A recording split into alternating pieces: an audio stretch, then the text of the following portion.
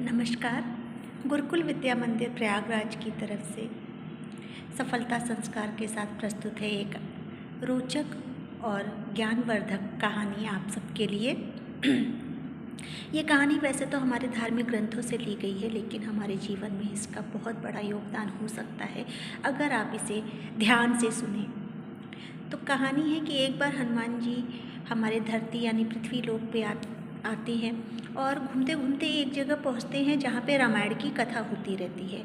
और रामायण की कथा कहने वाले पंडित जी अशोक वाटिका के दृश्य का वर्णन कर रहे होते हैं और वो बताते हैं कि उस समय जहाँ सीता जी बैठी हुई थी सफ़ेद रंग के पुष्प खिले हुए थे।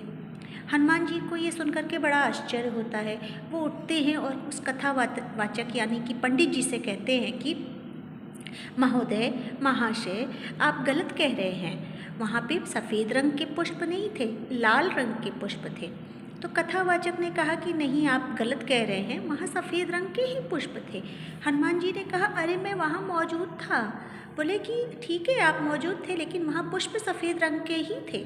हनुमान जी ने ज़्यादा वाद विवाद में न पड़ते हुए वहाँ से वो हट गए और प्रभु श्री राम के पास पहुँचे और श्री राम से पूछा कि प्रभु, आप बताएं कि अशोक वाटिका में जो पुष्प थे वो किस रंग के थे। तो राम जी ने कहा कि वो पुष्प सफ़ेद रंग के थे। तो हनुमान जी ने कहा, ये कैसे संभव है प्रभु, वो पुष्प लाल रंग के थे। बोले नहीं वत्स, वो पुष्प सफ़ेद रंग के थे। अब प्रभु श्री राम से वो कैसे बहस करते।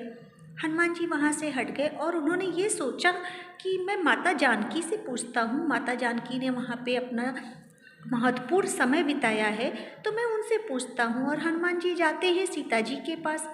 सीता जी से पूछते हैं, माता आप बताएं, अशोक वाटिका में जो पुष्प थे वो किस रंग के थे।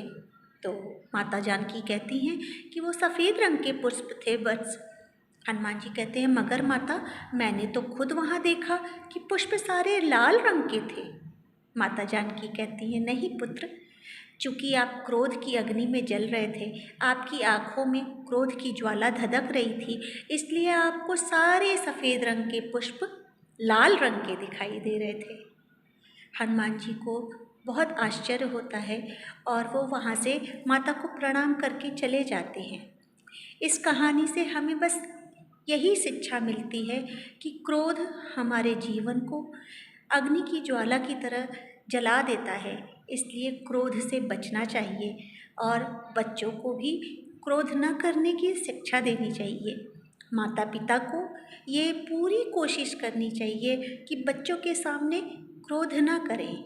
ये संभव तो नहीं है, नामुमकिन भी नहीं है, इसलिए कोशिश तो कर ही सकते हैं हम लोग। नमस्कार।